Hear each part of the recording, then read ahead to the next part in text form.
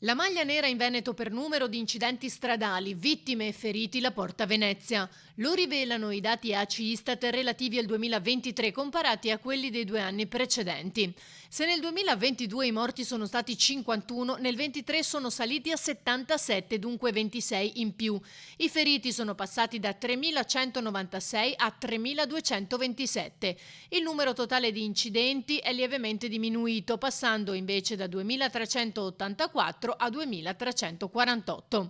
Questi numeri, uniti a quelli delle altre province venete, confermano che gli incidenti stradali restano una piaga anche a nord-est.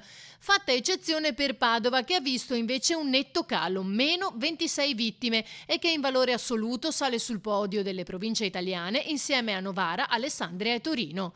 Sempre per valore assoluto, ma dal lato opposto, a seguire Venezia invece ci sono Bologna e Milano e Reggio Calabria. Un buon risultato lo raggiunge Treviso, che passa da 63 morti a 54, Rovigo da 22 a 14, mentre Vicenza da 45 a 43.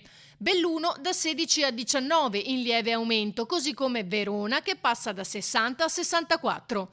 Prato, Genova, Monza, Brianza, Rimini, Fermo, Trieste e Milano sono invece le province in cui gli incidenti risultano meno gravi. In base ai dati ACI Istat, dunque, nel 2023 sono stati registrati in media 456 incidenti, 8 morti e 615 feriti al giorno. Le statistiche provinciali mostrano dunque un lieve calo nel numero delle vittime, ma un aumento, seppure in misura contenuta, di incidenti e feriti.